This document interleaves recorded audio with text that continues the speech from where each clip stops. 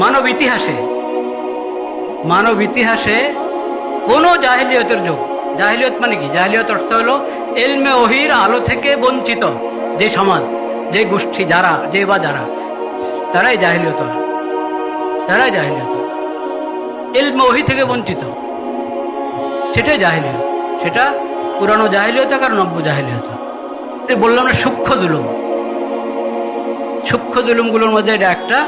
এখন পশ্চিমা সভ্যতার এই আগে থেকে আছে এই দেশে, এখন আরো অনেক কঠিনভাবে বাস্তবায়ন করা হচ্ছে। সেটা হলো সমকামিতার নতুন নতুন রূপ, ট্রান্সজেন্ডার কি বলে, কি এলজিবিটি নাকি, হ্যাঁ, কত প্রকার।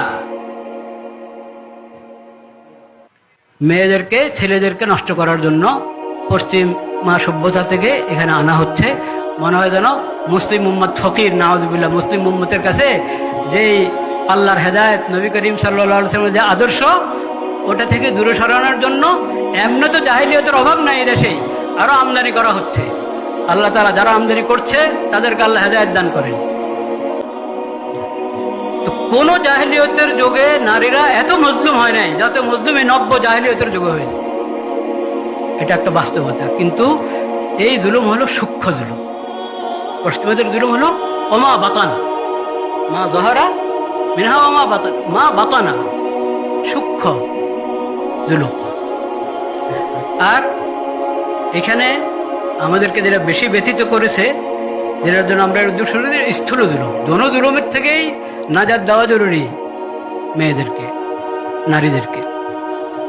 স্থূল জুলুম, এসব জুলুমের এলাজের জন্যই ইনসাফ ফাউন্ডেশন, ইনশাআল্লাহ আল্লাহ তাআলা, এটা তো মাত্র এখন শুরুর আন্দাজটা আমরা প্রবন্ধ থেকে এবং মৌলানা আব্দুল গফার সাহেবের বয়ান থেকে, সভাপতি সাহেবের বয়ান থেকে কিছু আন্দাজ করেছি। আল্লাহ রহমতে ইনশাআল্লাহ আমরা অনেক উজ্জ্বল ভবিষ্যতের আশা করি ইনশাআল্লাহ। তো ও কথাটা আমার পুরো হয় না। আমি বলতেছিলাম, ইসলাম তো শিখা হলো আতি কুল্লি হাক্কিন হাক্কাহু, আতি কুল্লি হাক্কিন হাক্কাহু।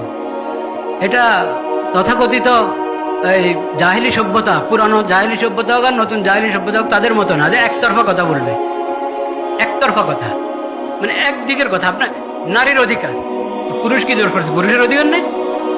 শ্রমিকের অধিকার, মালিক কি জোর করছে? মালিকের অধিকার নেই। এটা খুব দেখবেন আপনি, অধিকার কিন্তু সবার আছে। আল্লাহর মাখলুক, মানুষের মধ্যে যত শ্রেণী, যত স্তর, সবার